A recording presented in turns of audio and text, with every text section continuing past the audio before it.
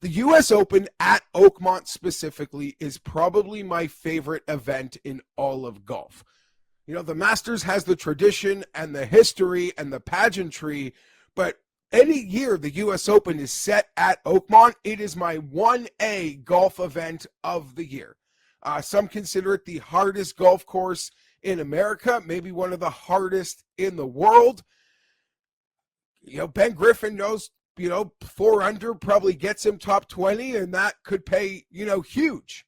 That would pay him huge. That pays a lot these days, and that is the word. Par, it's just going to be an absolute test to not get blown up, to not make the quads, to not make the triples, to swallow the bogeys, and the fight for par is everywhere. You got to hit it long. You got to hit it straight. And you're going to have to be in the fairway this week. Distance always plays a premium.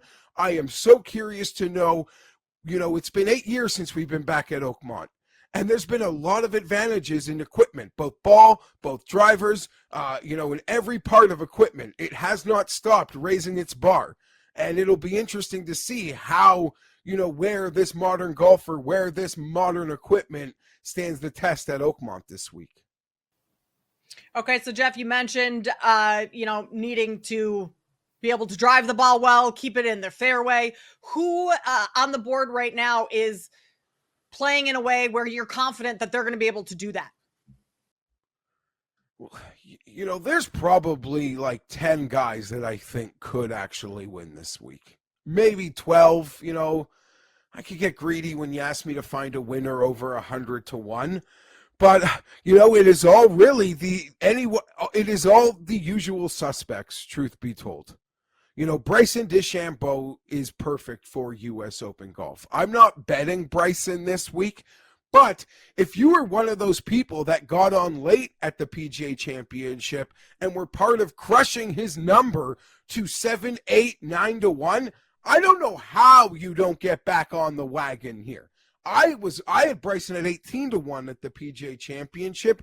I am less inclined. But anyone that was part of like the late adopters to Bryson, he finished second. This course probably suits him even more than that one. You can envision a world in which Bryson DeChambeau's home looks like Robert Kraft's office. But instead of Lombardies, it's just like 5 U.S. Open trophies. That is very much in the range of outcomes, and that can continue this week.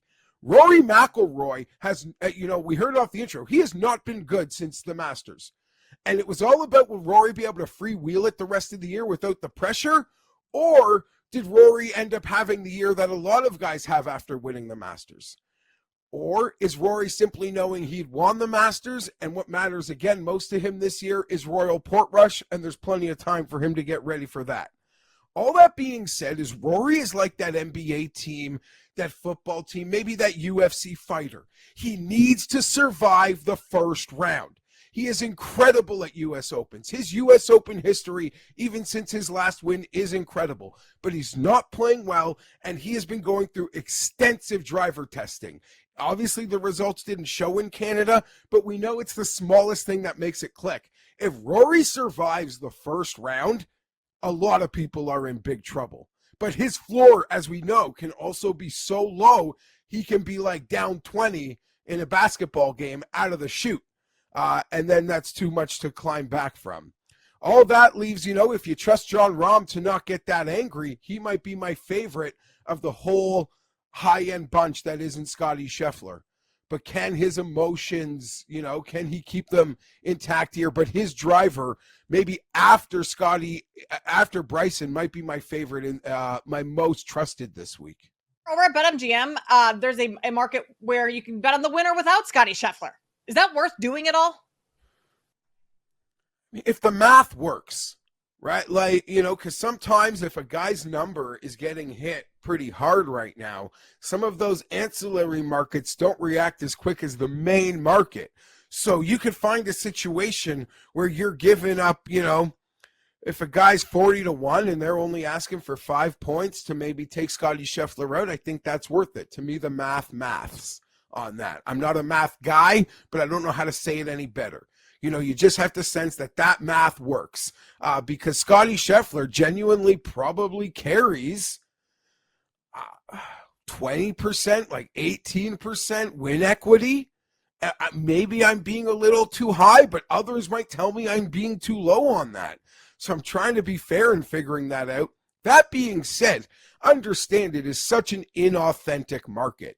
And as we saw at the PGA Championship, you could be in second place, but you're going to try to win a golf tournament. So you're going to do silly things that bring bogeys into play. You know, there could be a guy who was sleeping on the lead for 2 nights heading into Sunday, has the lead for 14 holes on Sunday, and finally Scotty catches him. And he's hit his wall and he's done. And you're not going to like what happens if you've got the winner without Scotty on that over those final 4 holes. So just understand there are so many trapdoors and variables in that market that, there's just as many. The probability you get screwed there is probably higher than the probability of Scotty winning. But, the math, if the math works, the math works. If you're only giving up 5 points or something to get Tommy Fleetwood, I would say maybe you take that.